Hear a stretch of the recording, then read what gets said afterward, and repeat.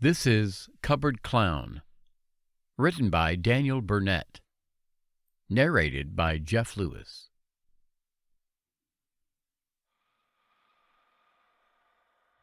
The heavy-eyed boy lifted his comforting duvet and slumped into bed, exhausted. School today, like most days, had been tough. The bullies had been unrelenting, and the teachers just didn't care.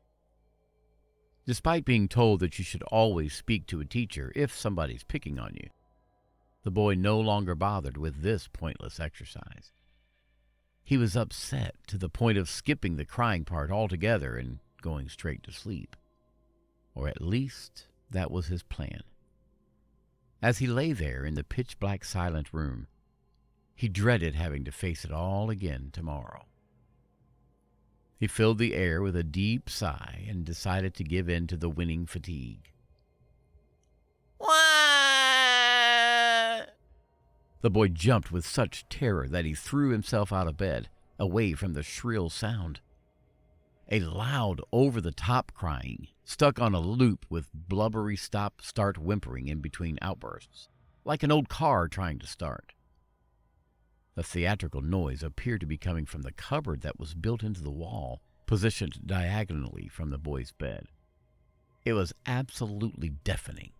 The cry got louder and louder still, and the boy could hear the loose hangers in the cupboard being struck with every dramatically violent eruption of "Wah!" The sound of the plastic hangers, coupled with the stranger's screams of sadness, could only be described as a car crash at 80 miles per hour. The cars were made of plastic. The boy's instinct was, of course, to wake his parents, who were sleeping in the room adjacent to his, but that would mean he would have to first get past the cupboard in question to get to the only escape route, his bedroom door. It also occurred to the boy that if his sleeping parents weren't going to be woken up by this ear-splitting noise, then nothing short of a tornado would get them out of bed. He quickly realized that he would have to face this alone. He didn't want to, but what choice did he have?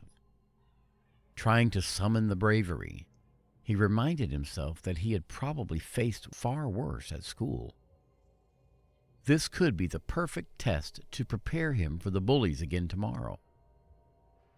Cautiously, the boy moved slowly to the cupboard and gave it a lightning-fast tap before retreating at bullet speed back to the safe cover of his red race car-shaped bed. The crying stopped dead, and the still swinging hangers quickly came to a halt.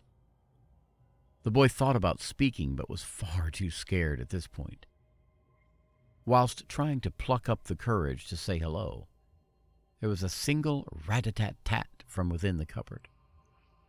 The boy maneuvered himself around his bed, leaned back against it, and sat on his feet, his hands gently resting in his knees, his eyes glued to the cupboard door.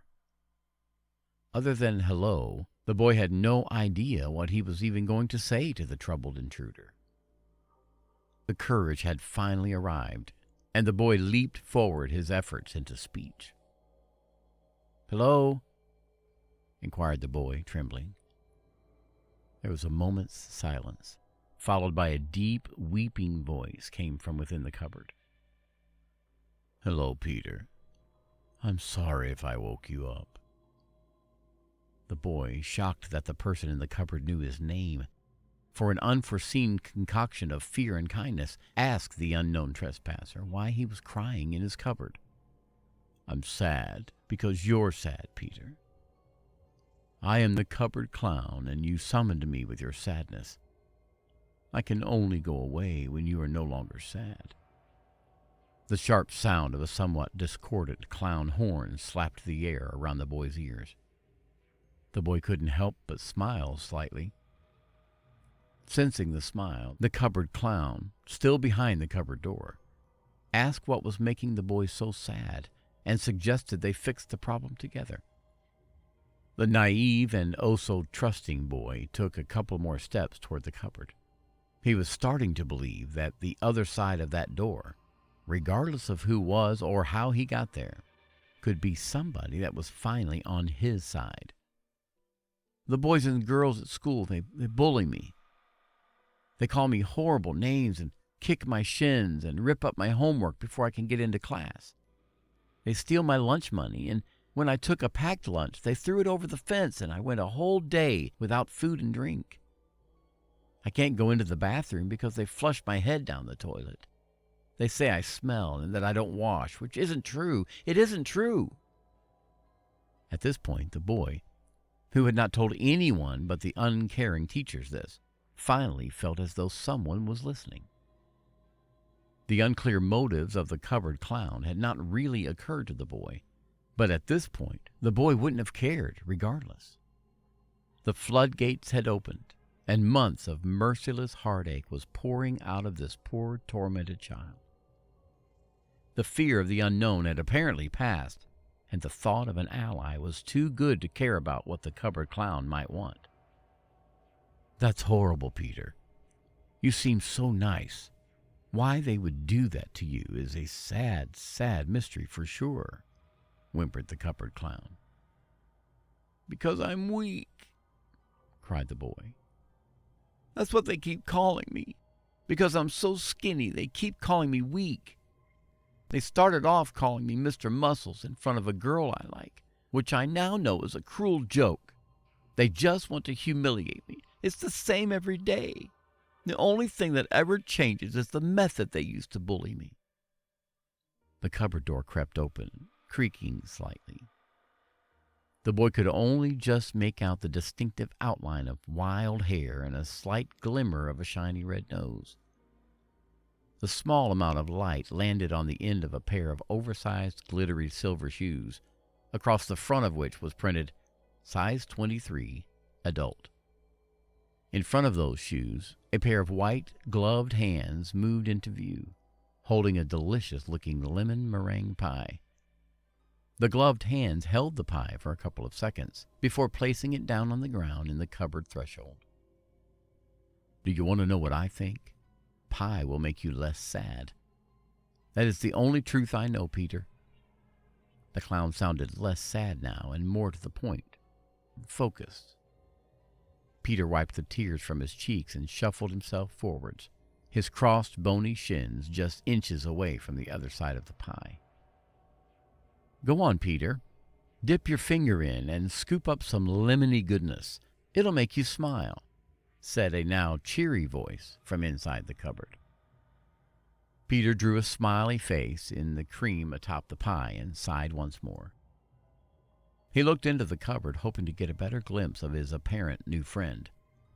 He still couldn't make out any more than a dimly lit outline, despite his best efforts. "How do I stop the sadness, cupboard clown? How do I make it go away?" the boy asked. The cupboard clown's torn and bloodied face burst into view, and his shiny, bleeding red nose stopped dead on Peter's. "By dying!" screeched the cupboard clown. The boy was plucked into the air and held upside down by the ankle. The cupboard clown ran around the bedroom, laughing hysterically whilst the upturned Peter screamed as loud as his fear could project. The cupboard clown stopped dead, silently staring at Peter whilst he screamed. Peter stopped screaming momentarily. With this, the cupboard clown repeatedly smashed the boy's head and torso against the wall, the corner of the cupboard, and the floor, flinging him around like a sock with a snooker ball inside. The boy was at least unconscious from the first blow, but that didn't stop the clown violently thrashing the boy's body around the room like a crocodile spinning with prey in its mouth. Peter's parents burst through the door to find a frowning clown, a toothy grin shining through his satin makeup, bouncing on the bed, bending the boy's limbs into balloon animal shapes, snapping the bones in the process, demonically singing, "Your little boy isn't sad anymore."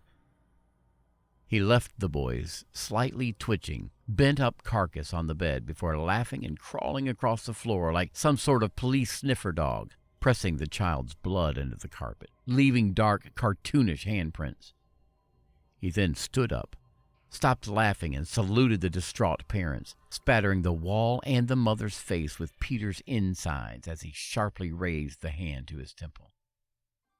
As Peter's father took a furious step closer to attempt to apprehend the clown, it lunged sideways, took a huge, chewy-sounding bite out of the child's broken leg, and with one last look at his parents, dived into the cupboard and disappeared.